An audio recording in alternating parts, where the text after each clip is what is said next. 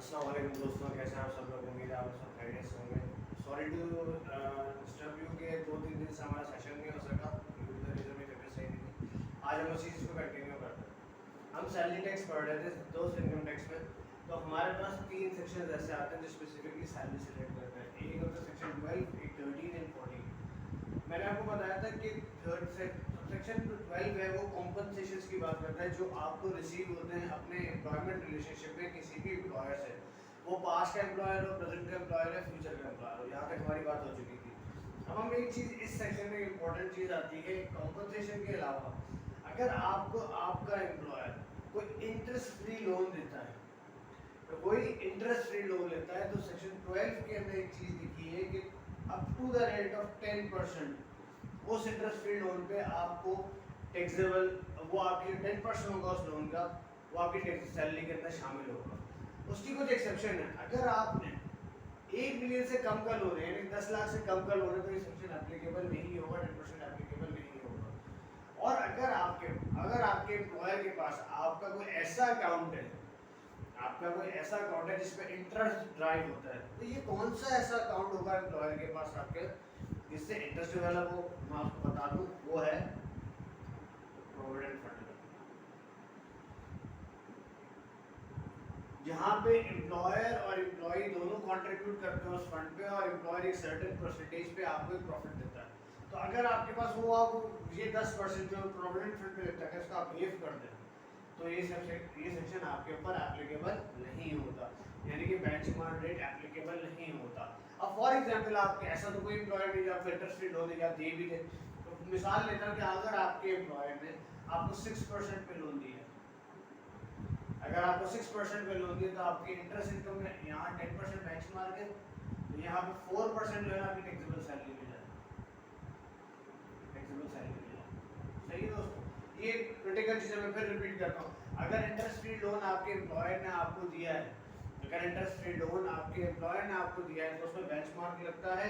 और अगर reduce lesser than 10% है तो उन दोनों का डिफरेंस लेके जो होगा वो आपकी टैक्सेबल सैलरी में होगा। इसकी एक्सेप्शन क्या है कि अगर 10 लाख रुपए से कम का लोन दिया तो एप्लीकेबल नहीं होगा। और अगर आपके एम्प्लॉयर के पास कोई आपका ऐसा फंड, ऐसा कोई अकाउंट है जिसमें इंटरेस्ट ड्राइव होता है और आप उसको छोड़ देते हैं तो वो आपके ऊपर एप्लीकेबल नहीं होगा। ये तो बात हो गई कॉम्पनसेशन की सेक्शन 12 की।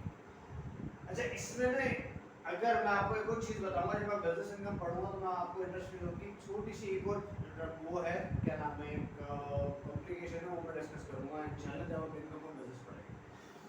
सेक्शन 13 कहता है प्रेक्विजिट्स के ऊपर। मैंने पहले ही बोला था प्रेक्विजिट्स हमेशा टैक्सेबल होंगे उस सूरत में जब उसकी टैक्सेबिलिटी या उसके टैक्सेबिलिटी के बारे में बताया गया, अदरवाइज फॉर एग्जांपल मिसाल के लिए मिसाल मैं आपको देता हूँ कि बहुत सारी कंपनीज अपने एम्प्लॉयर्स को, मैनेजर्स वगैरह को, सीनियर मैनेजर को व्हीकल देती है और उसका व्हीकल का जो कॉन्सेप्ट है वो ये है कि 5% और 10%। अगर 5% कब होगा जब वो 100% ऑफिशियल यूज़ के लिए जाए, और 10% कब होगा जब ऑफिशियल और पर्सनल यूज़ दोनों के लिए यूज़ की जाए।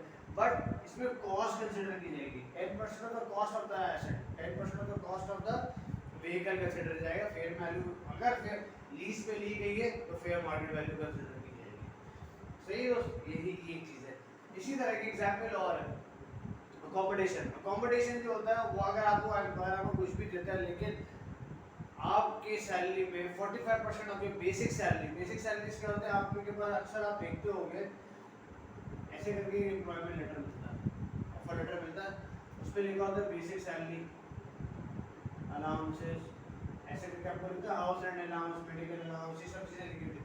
तो इस बेसिक सैलरी का 45% होगा आपकी सैलरी में इंक्लूड हो जाता है।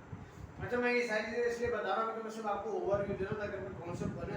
उसके बाद अब इसमें कुछ चीज़ें ऐसी होती जो कि एम्प्लॉयर नहीं चाहते कि भाई हम इसको लेके जाएं या ये हमारी टैक्स, क्योंकि हर किसी का कंसर्न ये होता है टैक्स बढ़ जाएगा हमें मिलता क्या। मैं इसके ऊपर भी आऊँगा। सेक्शन 14 कहता है आपके पास, अच्छा, अलाउंस इज ऑलवेज टैक्सेबल। मैंने आपको पहले बताया था always taxable until it is उसकी एग्जेम्पशन प्रोवाइडेड ना हो। तीसरी चीज़ आती है employer share scheme. Employer share scheme के अंदर मैं आपको छोटी सी बात बताता हूँ। आपकी कंपनी कहती है हम आपको बोनस डिक्लेयर करेंगे इन टर्म्स ऑफ शेयर्स। यानी कि आप बोलोगे यार ये किस बला का नाम है, तो आप बोलोगे, आपके एम्प्लॉयर बोलेगा यार आपकी बहुत अच्छी परफॉर्मेंस की बेस पर हम आपको बोनस देते हैं, लेकिन शेयर की फॉर्म में देते हैं, जिस अपनी या तो एसोसिएट कंपनी की या सब्सिडरी कंपनी की हम आपको शेयर देते हैं, अपने शेयर आपको दे देते हैं। आपको वो आपसे क्या होता है, ऑप्शन एक्सरसाइज करने के लिए बोलते हैं। मिसाल है कि एक एम्प्लॉय को बोलते हैं यार हम 100 शेयर ले लो हमारी कंपनी के।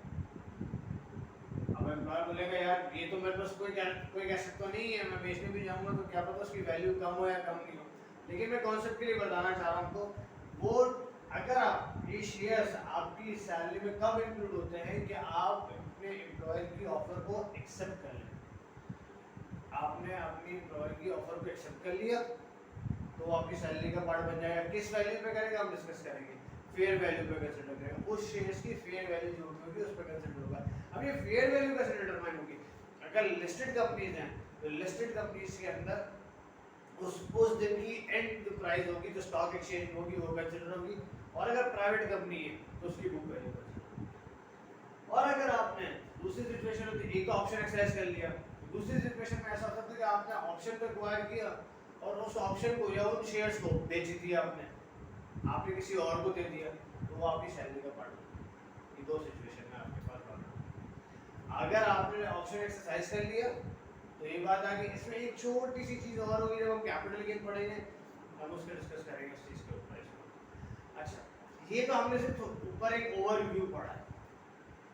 बहुत सारे लोगों का कंसर्न ये होता है यार देखें सर, इस वक्त पाकिस्तान के अंदर जिस तरह के हालात हैं, हमें टैक्स का कोई भी बेनिफिट, टैक्स देने का कोई भी बेनिफिट रिसीव नहीं होता। I am agree with you. हमें इन टैक्सेस को पे करने के बाद टूटी हुई सड़कें मिलती हैं, अनएम्प्लॉयमेंट मिलता है, बॉसेस की जलालत मिलती है, बिजनेसेस बिल्कुल ठप हो चुके हैं हमारे, इलेक्ट्रिसिटी यूटिलिटीज़ के बिल्स बहुत ज़्यादा आ रहे होते हैं, स्कूल कॉलेजेस है नहीं, एजुकेशन है नहीं, गवर्नमेंट स्कूल में कोई नहीं पढ़ाता है, सिर्फ आप पैसे बंदी भी होती है। तो मैं आपको ये सारी बात बिल्कुल सही बात है लोगों की, हमारे माशरे में सेफ्टी का नाम परेशान नहीं है, तो हम किस चीज़ का टैक्स दें, या हम इन चीज़ों का टैक्स देंगे तो हमें कोई बेनिफिट होने वाला है क्या? हम लाख दो लाख रुपए अपनी सैलरी से टैक्स कटवाते हैं और फिर दोबारा यूटिलिटीज बिल्स पे, ग्रोसरी आइटम पे सेल्स टैक्स, इनकम टैक्स दोनों लेते हैं। तो फायदा क्या हुआ इन सारी चीज़ों को देने का, इंटरेस्ट फ्री लोन लेने का, ये सारी चीज़ें करने का? असल में यूसेज क्या है, हमें कोई बेनिफिट तो हो ही नहीं रहा। आज भी गरीब ही अमीर हो रहा है। अमीर क्यों हो रहा है?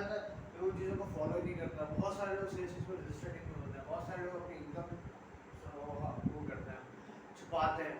आपकी बात बिल्कुल बजाय, मैं इस चीज़ों पे बिल्कुल आप लोगों से एग्री करता हूँ। मैं बेसिकली ये जो कानून है ना, इनकम टैक्स का कानून है या कानून है सेल्फ असेसमेंट, मैं आपको बता रहा हूँ सेल्फ असेसमेंट कि आप अपनी इनकम कितनी दिखा दो। सही है, एफबीआर के अपने प्रोसीजर होते हैं, वो आपको असेसमेंट में लेके आ सकते हैं, सब कुछ कर सकते हैं। देखिए ये तो ऐसी चीज़ है कॉम्पनसेशन जिसमें कोई कॉम्प्रोमाइज नहीं कर सकता, क्योंकि ये मॉनिटरी टर्म्स में आपको मिलेगी या आपको मॉनिटरी में मिलेगी। फॉर एग्जाम्पल आपकी सैलरी हो गई, आपको बोनसेस हो गए, आपको लीव इनकैशमेंट हो गई, ये आपको मिला गया, सही है ना। इसमें अगर आप प्राइमरीली देखे जाए ना तो हम सैलरी में भी आराम से कंसिडर करके मामला चला सकते हैं। मैं आपको एक जुगाड़ बता रहा हूँ, बोली तो बोनस पे भी चाहिए, लीव इनकैशमेंट पे भी चाहिए, सब चीज़ों में जितनी भी प्रोविजंस आ रही है इसमें। लेकिन मैं वही बात ये कहती कि इनकम टैक्स का कानून सेल्फ असेस का कानून है। मैं आप लोगों को गुमराह नहीं कर रहा, but the real fact is कि हमें इन चीज़ों का बेनिफिट नहीं मिलता, जिसकी वजह से इन टैक्सेस को पे करने का बेनिफिट नहीं मिलता, तो जिसकी वजह से इंसान मजीद जो एक टैक्स पेयर है वो टूट रहा होता है, मैं क्यों टैक्स फाइल करूँ। आज भी हज़ारों करोड़ों लोग होते हैं जो अपने इनकम को छुपा रहे होते हैं और चला रहे होते हैं, करोड़ों का बिजनेस होता है लेकिन इनकम रिपोर्ट नहीं की जाती, उसकी वजह यही होती है। तो अभी इंटरेस्ट फ्री लोन लिया गया, लोग बोलते हैं लो ही नहीं। अभी जो लाख रुपए का लोन है इसको ही लोग बोलते हैं यार 5 लाख रुपए पहले लो, 5 लाख बाद में ले लो, 5 करके दो, इस नंबर से एक्सीड ना करो। सही बात है। लोग तो देखिए टैक्स रिविजन एक अलग चीज़ है, टैक्स अवॉइडेंस एक अलग चीज़ है। हम इस वक्त टैक्स अवॉइडेंस की बात करें कि कैसे टैक्स को बच सके। हाँ, यहाँ पर टैक्स रिविजन आ जाती है, क्या लीव इनकैशमेंट, ये सारी चीज़ें आपको उसका अपने सैलरी इनकम पे स्लैब में लेके जाना चाहिए या नहीं लेके लोग बोलेंगे भाई हमें शेयर स्कीम ऑप्शन नहीं दो भाई, हमें नहीं चाहिए, आपके शेयर सीधे सीधे सा बोनस दे दो ताकि हम अपने घर का बिजली का बिल दे दें। बहुत कम कंपनी एक्सरसाइज करती है, सिर्फ पढ़ाने के अंदर बहुत अच्छा है, किताबों की बातों में बहुत अच्छा है, लेकिन अदर दैट एम्प्लॉयर कभी भी इस ऑप्शन को ग्रांट कभी भी एक्सेप्ट नहीं करेगा। कंपनीज के ऊपर वैल इसके ऊपर आती बात व्हीकल के ऊपर, कॉम्पिटिशन तो खैर बहुत ही कम लोग देते हैं, लेकिन मैं वैसे बता रहा हूँ व्हीकल की बात है। अक्सर कंपनी अपने एम्प्लॉइज़ को गाड़ी देती हैं, सब चीज़ें देती हैं, बट हम क्यों 5% 10% ऐड करें यार? बात कंसर्न तो याद है, क्यों 10% 5% करेंगे? क्यों? क्योंकि ये तो हमारे परफॉर्मेंस ऑफ द ड्यूटी के अंदर नहीं आ जाता। हम तो इसको परफॉर्मेंस ऑफ द ड्यूटी मतलब एम्प्लॉय के काम के लिए कर रहे हैं ना। अब ऐसा तो नहीं हो सकता कि मैं जो कंपनी ने गाड़ी दी मैं पूरा कराची का चक्का लगाऊं और उसके बाद ऑफिस में गाड़ी रख दूं और उसके बाद अपनी बाइक निकालूं और घर दूं। नहीं होती ना, बात समझ में नहीं आती, लॉजिकल सेंस की बात है ना यार। क्यों 5% 10% व्हीकल का दिया जाए? मैं पूरा दिन सेल्समैन पूरा दिन कराची में घूमता रहे, गाड़ी में हर धक्के खाता रहे, ट्रैफिक का सामना करता रहे, गड्ढों में गाड़ी मारता रहे, एक्सीडेंट होता रहे, उसके बाद बोला यार मेरी सैलरी में 5% या 10% इंक्रीज कर दो। क्यों भाई, मैं तो ऑफिशियल काम चाहिए। हम तो नहीं इसको रिकमेंड करते, ना तो नहीं रिकमेंड करते कि this is the correct law for that. अगर आपको सैलरी टैक्स लेना भी है ना तो आप सिर्फ सैलरी पे लो ना, जो इन टर्म्स ऑफ कंपोजिशन मुझे मिली है। आपने तो सारी चीज़ें वो डाल दी, जो एम्प्लॉयर आपको एक चाबी भी दे दे तो वो भी डाल दो, अगर एक 10 रुपये भी दे दे तो वो भी डाल दो, यानी तो कोई सेंस नहीं बनता।